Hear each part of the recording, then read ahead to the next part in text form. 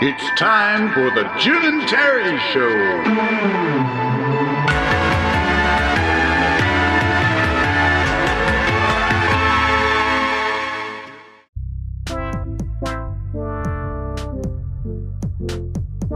My friend, good morning to you. The Jim and Terry Show coming to you unexpectedly via Skype this morning.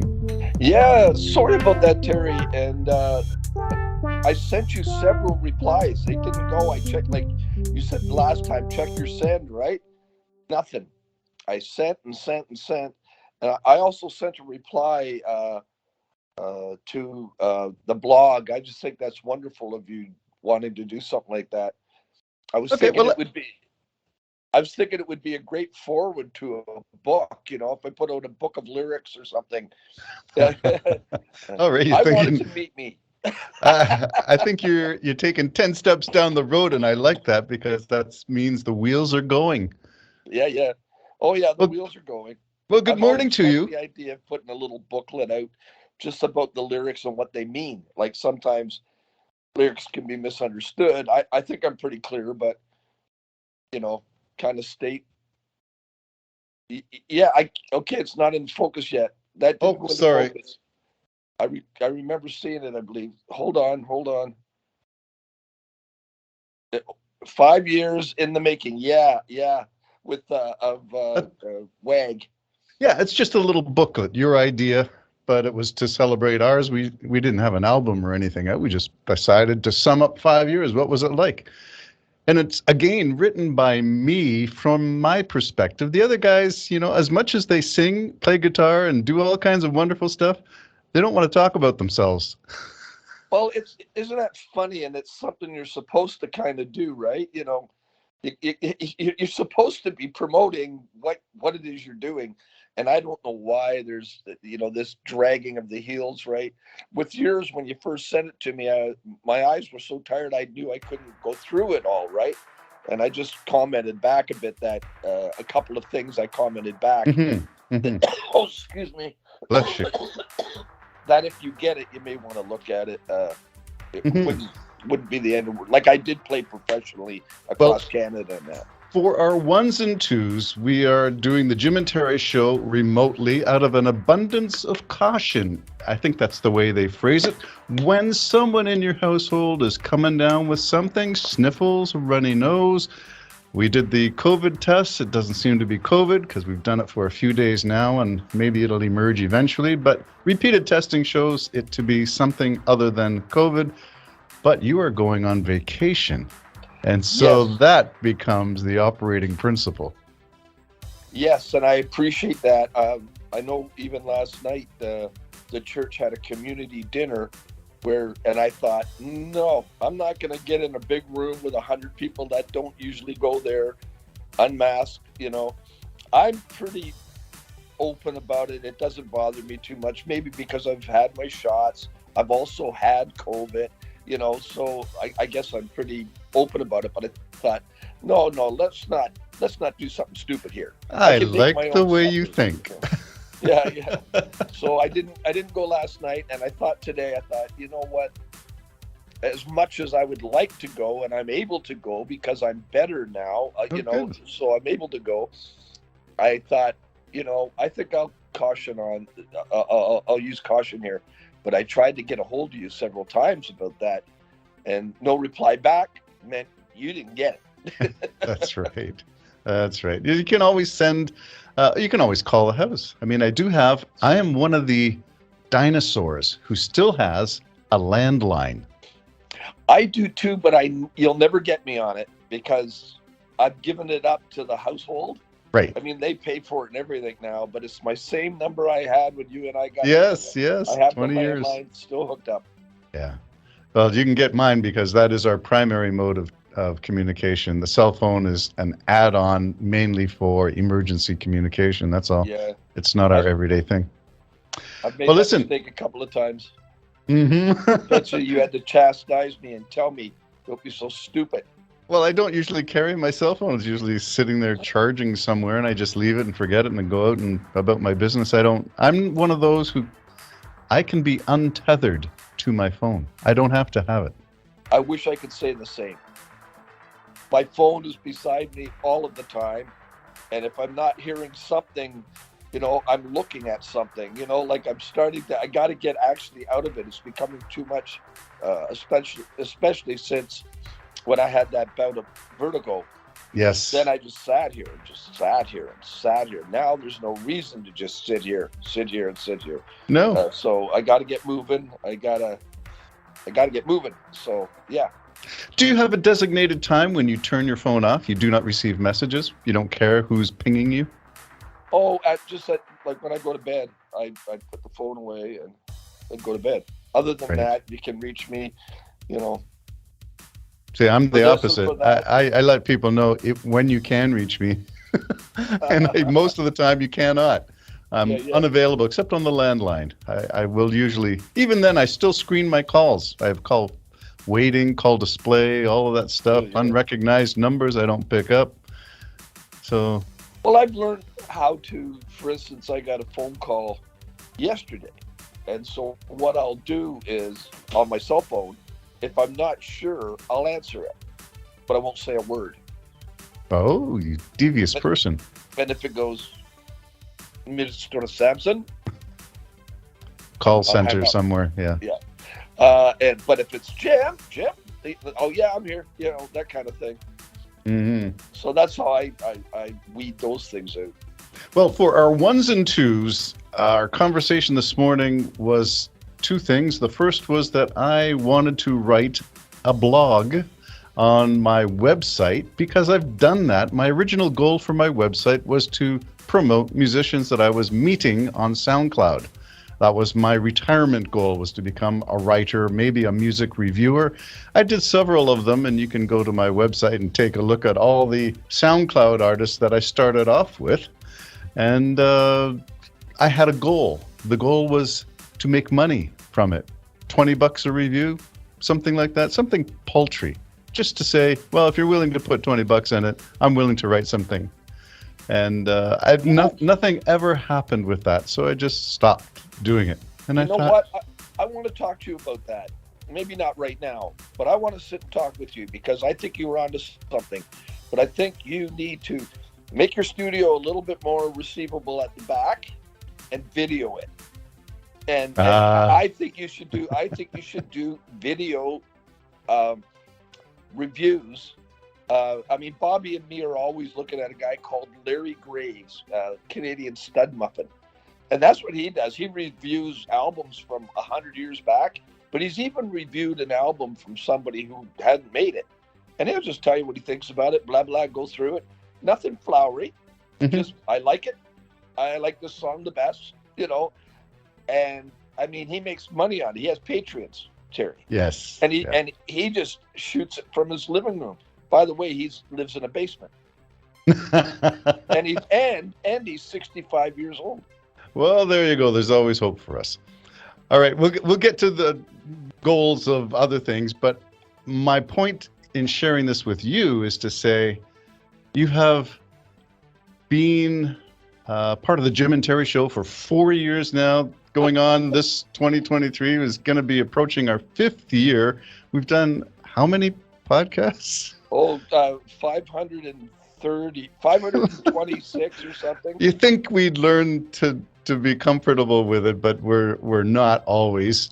But that aside, my goal was to write about music and musicians and about journeys in life, journeys in music, experiments. Some you win, some you don't win, things that work out, some that don't work out. The good, the bad, and the ugly of being a self-produced musician.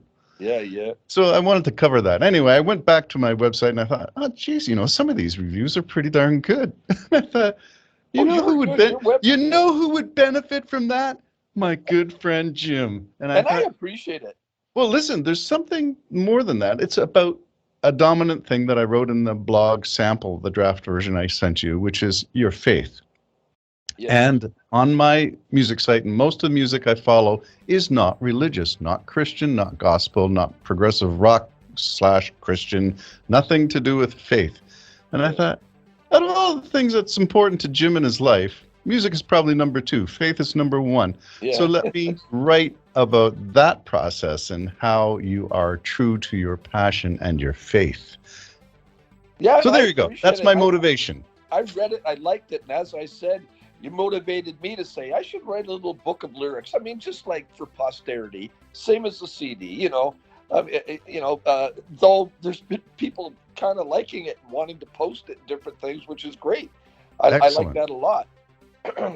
But the same idea with, I've always see when I listen to musicians, I love pictures. I love to know a little bit about this or that. I like the idea of knowing about songs.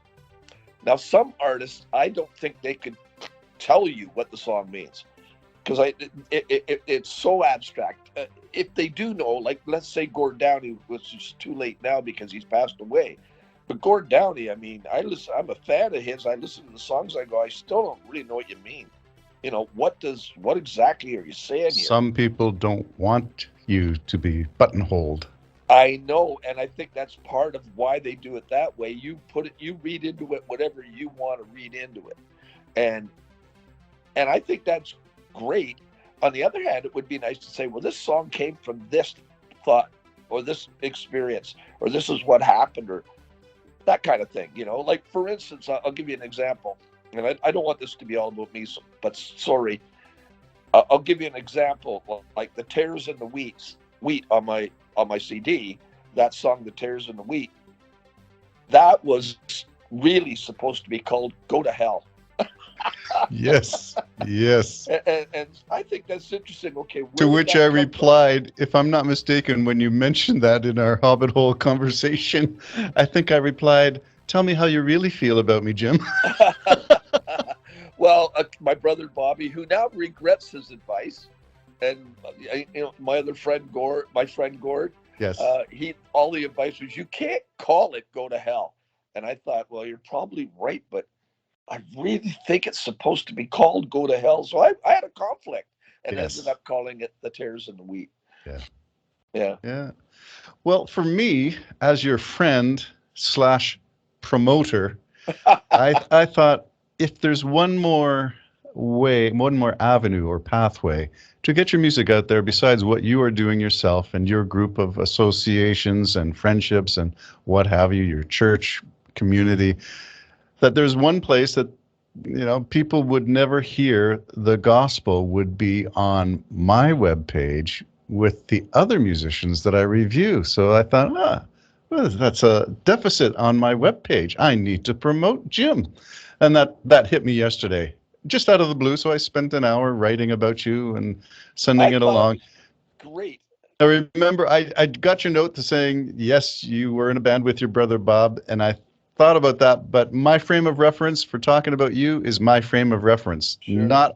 Not necessarily all of your past, but how I encountered your past and came to the present, which creates the interest. Start where you are is the adage that you follow when you're writing anything. So here I am looking at the Hobbit Hole in the empty chair, microphone stand and headphones, and saying, wow, so that's where we are. Now, how did we get there? Yeah. No, that's pretty cool. Yeah. I thought it was great. Thank you again. You're welcome. Any promotion is better than... What's that? Any promotion is better than no promotion. It's like Elon Musk, no parts better. Like when he's building things, no parts better. That's right. You can't engineer a no part unless it's planned parts that replace parts. Okay. I don't know. All right. So there we go. Music. Look for the blog on the terrywigmore.com site. I will probably go through it another couple of times with a fine-tooth comb and watch my grammar, punctuation, spelling, and all those things. But one of the things I did want to mention, you are an overcomer in terms of learning disabilities, specifically your dyslexia, which has created challenges. But for a musician, you've got compensating strategies, which is special education speak for learning how to get along and manage life without all the normal, what we would call receptive language pathways open. Receptive language meaning text. Text gets words and letters inverted, interchanged, and it becomes difficult to process. But here you are, a successful retiree. Made it, Terry. You made Yeah, it. So yeah. I have my mug. It's still vaguely warm. So cheers, my friend. Good morning coffee Yes, to you. cheers. I got mine. Mine's warm. And sorry you got the message so late that it wasn't Oh, coming there. It's no problem. I'm just glad I got. It's much easier for me to do the Hobbit Hole Skype because I'm already down here poking around the day's news already, getting up to speed on how the world turns or burns, depending on what part of the Turns world or we're studying. burns. Or floods, if you're talking about California. Oh, unbelievable. The whole thing. I mean, the world is a strange place with what we're seeing now from events, global events and everything. Three Amigos conference wrapped up. Canada, U.S., Mexico. Yeah, I know nothing much about it other than Canada had a meeting yesterday with the president of Mexico, and they discussed trade. And, we do billions of trade with Mexico, billions and billions. So that's a good thing. I mean, It is a good thing. he's And what's a inspired good me to thing? go. What a good yes, you're going to take advantage of that positive trade relationship between Canada and Mexico. I thought it was interesting that, do you remember Trump wanted to revise NAFTA, and NAFTA 2.0 was what I call it, but he called it the USMCA? Do you recall that? I do recall it vaguely, but I also recall Trump wanted to change everything. He always said that the United States was being cheated. Yeah. Always cheated. Always cheated. Yep. And so what we found out from yesterday was that the meetings were very productive, and we learned that despite the agreements that everyone signed on for, that Canada and Mexico didn't sign on for what was being done to them in the auto industry, especially. Controversial because Canada and Mexico argued for a loose definition of how much a part was from another country. If you used it and assembled it in Canada, does that mean that has a certain percentage now that it can be traded to the United States because it meets the North American content?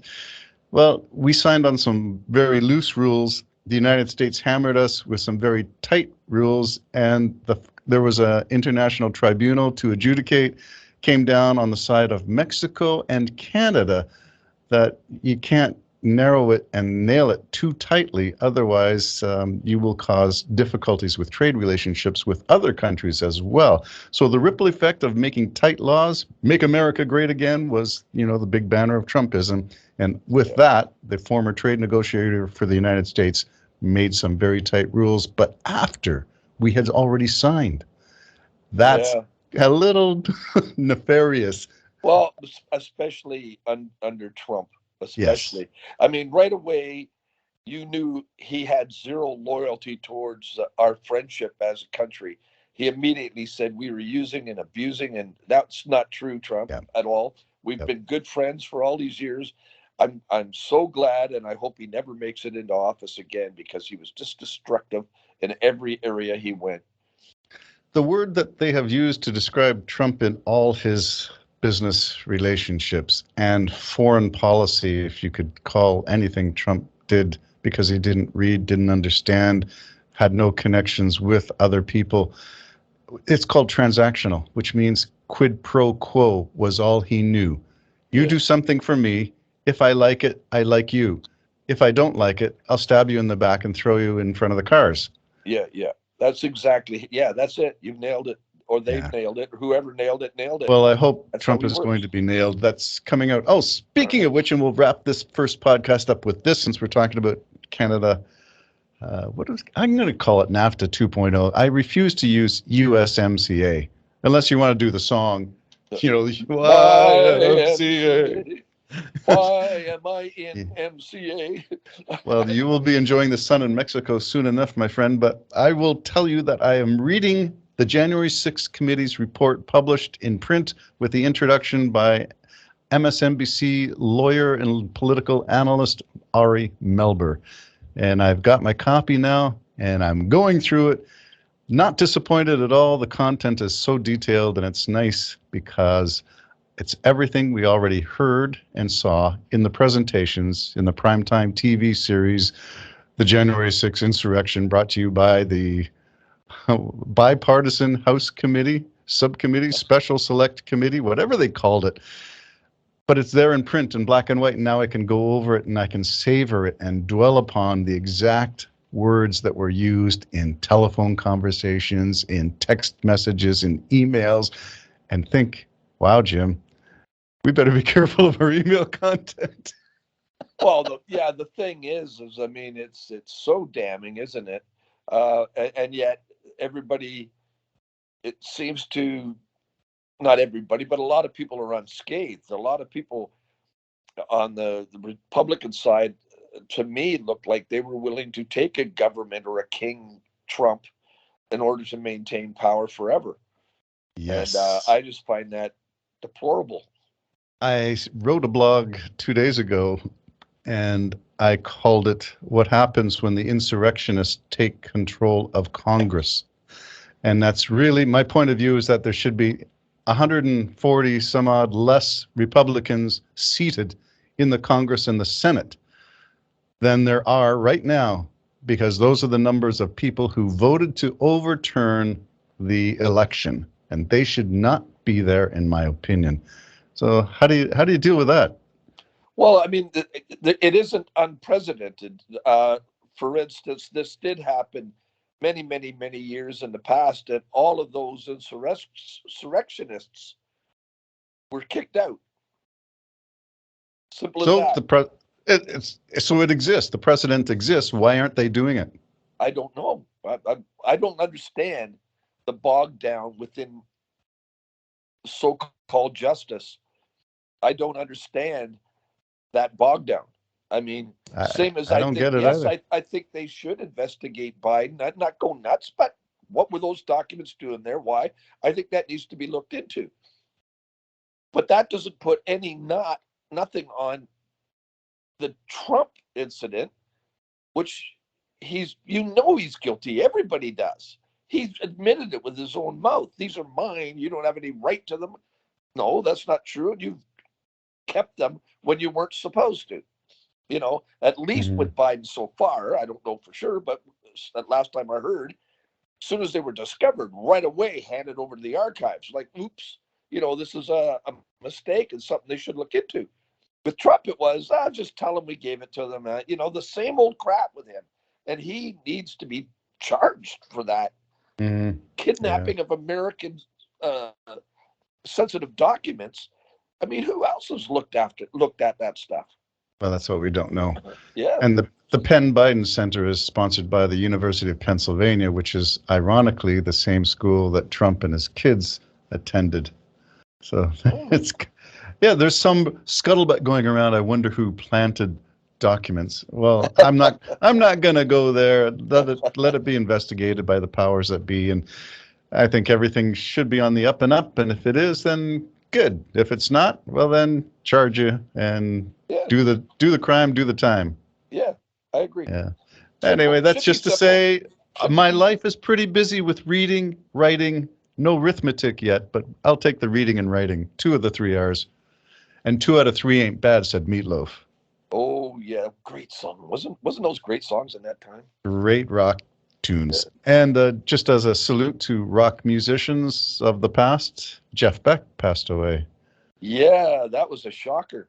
I didn't know, he wasn't even 80 yet, but just a shocker. Yes. Yeah. Well, this is our generation. He was certainly, in my mind, one of the premier guitarists. And I was listening to a podcast this morning about him and saying his influence on everybody from Eric Clapton on down is just amazing. So maybe Jimi Hendrix and Jeff Beck, 2 of the premier guitarists of the 60s and 70s, maybe. Yeah.